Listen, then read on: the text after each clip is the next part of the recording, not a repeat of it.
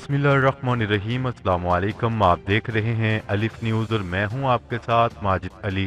شامل کرتے ہیں آج کی ہیڈ لائن۔ پاکستان چینی تنازع سے فائدہ اٹھانے کی کوشش نہ کرے، بھارت کی پاکستان کو دھمکیاں۔ سعودی عرب کے بعد بحرین نے بھی اسرائیل کے لیے فضائی حدود کھول دیں۔ پابندیوں کے باعث ہم تیل کا ایک قطرہ بھی فروخت کرنے کے قابل نہیں رہے، ایران نے بڑا بیان جاری کر دیا۔ مسئلہ کشمیر کو سلامتی کونسل کے ایجنڈے سے ہٹانے کی بھارتی کوشش ناکام۔ چین کے صدر شی جن پنگ کا دورہ پاکستان ری شیڈیول کر دیا گیا۔ بھارتی وزیر دفاع کی چینی ہم منصب سے اہم ملاقات، کشیدگی کم کرانے پر بات چیت۔ لداخ کا دورہ کرنے والے بھارتی آرمی چیف کا ایسا بیان سامنے آ گیا کہ بھارتی سرکار کی نیندیں اڑ جائیں۔ ایران کا امریکہ سے براہ راست مذاکرات سے انکار۔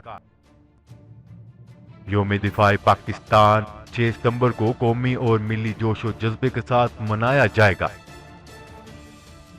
پاکستان اور دنیا بھر کی خبروں سے باخبر رہنے کے لیے الف نیوز کو سبسکرائب کر لیں اور بیل آئیکن کو کلک کرنا نہ بھولیے گا۔ ناظرین اپنی آراء کا اظہار کمنٹ سیکشن میں لازمی کیجیے گا۔ ہیڈ لائنز آپ نے جانی، اب بڑھتے ہیں خبروں کی تفصیلات کی طرف۔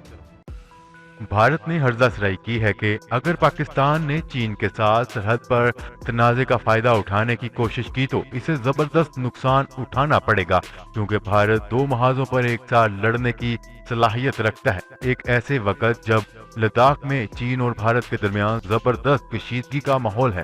میڈیا کے مطابق بھارتی chief of defence staff general Bipin Rawat نے چین اور پاکستان کی جانب سے شمال اور مغربی سرحد پر بھارت کے خلاف مربوط کارروائی کے خطرے کا اندیشہ ظاہر کیا ہے۔ تاہم ان کا دعویٰ ہے کہ بھارتی مسلح افواج اس مشترکہ خطرے سے نمٹنے کی صلاحیت رکھتی ہے اور ایسی صورت میں اسلام آباد کو زبردست نقصان سے دوچار ہونا پڑ سکتا ہے۔ دوسری جانب بھارتی فوج کے سربراہ جنرل منوج مکند نروانے نے جمعرات کے روز لداخ میں LAC کا دورہ کرنے کے بعد کہا ہے کہ سرحد پر حالات تھوڑے کشیدہ ہیں، اس لیے فوج کو احتیاطی طور پر تعینات کیا گیا ہے۔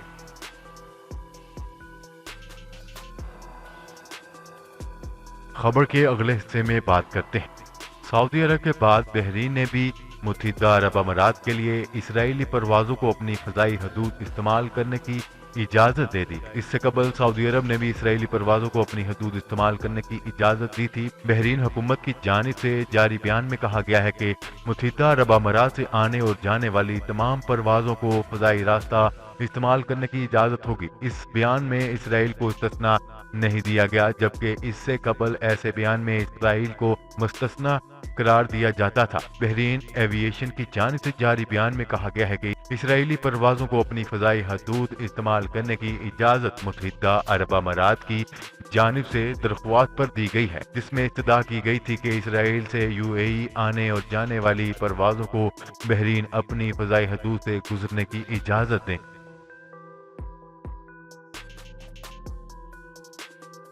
خبر کے اگلے حصے میں بات کرتے ہیں۔ پابندیوں کے باعث ہم تیل کا ایک قطرہ فروخت کرنے کے بھی قابل نہیں رہے۔ اطلاعات کے مطابق امریکہ کی طرف سے ایران پر اقتصادی پابندیوں کے قریب آنے سے ہی ایرانی عہدیدار پہلے سے عائد پابندیوں پر چلا اٹھے۔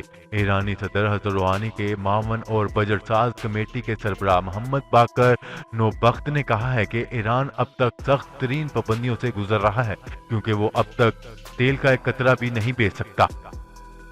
ایرانی خبرساں ایجنسی کے مطابق نوبخت نے جمعرات کے روز صوبہ ہمدان میں ترقیاتی اور منصوبہ بندی کمیٹی کے ساتھ ایک اہم اجلاس کے دوران کہا ہے کہ پابندیوں کے انتہائی سخت مراحل میں اب تک ہم انتہائی غیر منصفانہ صورتحال میں ہیں، جہاں ہم تیل کا ایک قطرہ بھی نہیں فروخت کر سکتے۔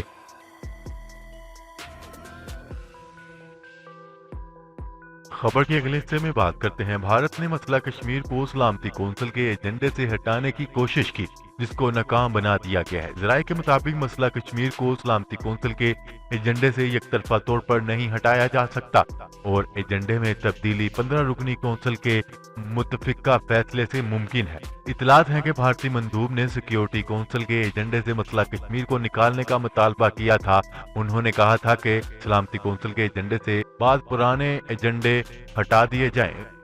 ذرائع کے مطابق بھارت مسئلہ کشمیر کو سلامتی کونسل کے ایجنڈے سے ہٹانے میں مسلسل ناکام رہا ہے۔ ایجنڈا آئٹم اس وقت ہٹایا جا سکتا ہے جب فریقین کے درمیان طے مسئلہ حل ہو جائے۔ اطلاعات ہیں کہ بھارت نے رواں ہفتے کے آغاز پر پاکستان کا نام لیے بغیر کہا ہے کہ ایک وفد موجود ہے جو بار بار خود کو بین الاقوامی امن میں اہم کردار ادا کرنے کی کوشش کرتا ہے، لیکن بدقسمتی سے یہ تسلیم کرنے میں ناکام ہے کہ یہ عالمی سطح پر بین الاقوامی شدت پسندی کا مرکز ہے۔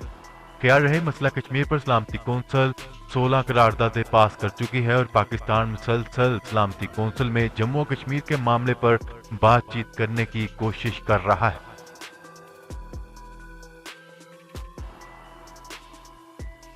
خبر کے اگلے حصے میں بات کرتے ہیں۔ چینی سفیر یاو جنگ نے کہا ہے کہ کرونا وبا کے باعث چینی صدر شی جن پنگ کا دورہ پاکستان ری شیڈیول کر دیا گیا ہے۔ اسلام آباد میں میڈیا سے گفتگو کرتے ہوئے چینی سفیر کا کہنا تھا کہ چینی صدر شی جن پنگ رواں سال پاکستان کا دورہ کرنا تھا۔ چینی صدر کا پاکستان کا دورہ اس سال شیڈیول میں شامل تھا۔ چینی سفیر یاو جنگ نے کہا ہے کہ دونوں حکومتیں چینی صدر کے دورے کی تاریخ پر کام کر رہی ہیں۔ وزیر اعظم عمران خان نے اپنے دورہ چین کے دوران چینی صدر شی جن پنگ کو دورے کی دعوت دی تھی۔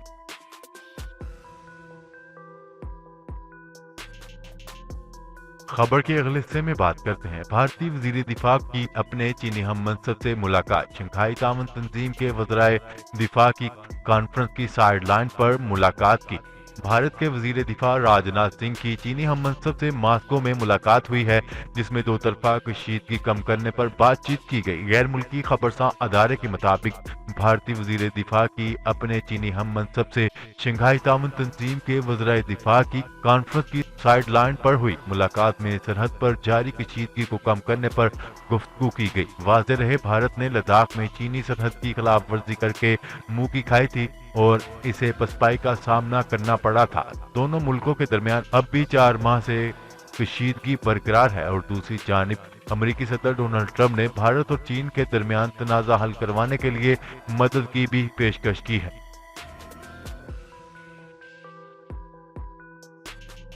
خبر کے اگلے حصے میں بات کرتے ہیں۔ بھارتی army chief general Manoj Maken نروانی کا کہنا ہے کہ line of actual control LAC پر صورتحال سنگین اور نازک ہے۔ بھارتی آرمی چیف نے LAC کا 2 روزہ دورہ کیا، جس کے دوران انہوں نے ایک خبرساں ایجنسی سے گفتگو کرتے ہوئے کہا ہے کہ LAC پر صورتحال سخت کشیدہ ہے، جس کو مد نظر رکھتے ہوئے بھارتی فوج نے اپنی سیکیورٹی کے لیے اہم تعیناتیاں کر دی ہیں۔ ہم کسی بھی طرح کے چیلنج سے نمٹنے کے لیے پوری طرح تیار ہیں۔ جنرل نروانے نے کہا ہے کہ گزشتہ 2 ماہ سے LAC پر صورتحال کشیدہ ہے، لیکن ہم چین کے ساتھ فوجی اور سفارتی دونوں سطحوں پر مسلسل بات چیت کر رہے ہیں۔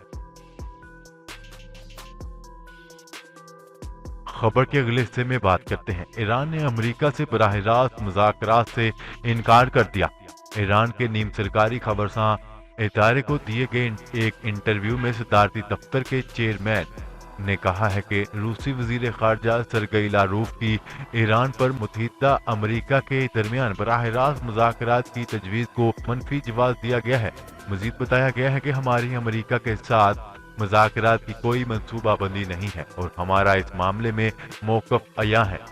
امریکہ جوہری معاہدے میں واپسی کے بعد ہی ہمارے ساتھ مذاکرات کی میز پر بیٹھ سکتا ہے۔ اس کے علاوہ کی ہر کوشش غیر نتیجہ خیز ثابت ہوگی۔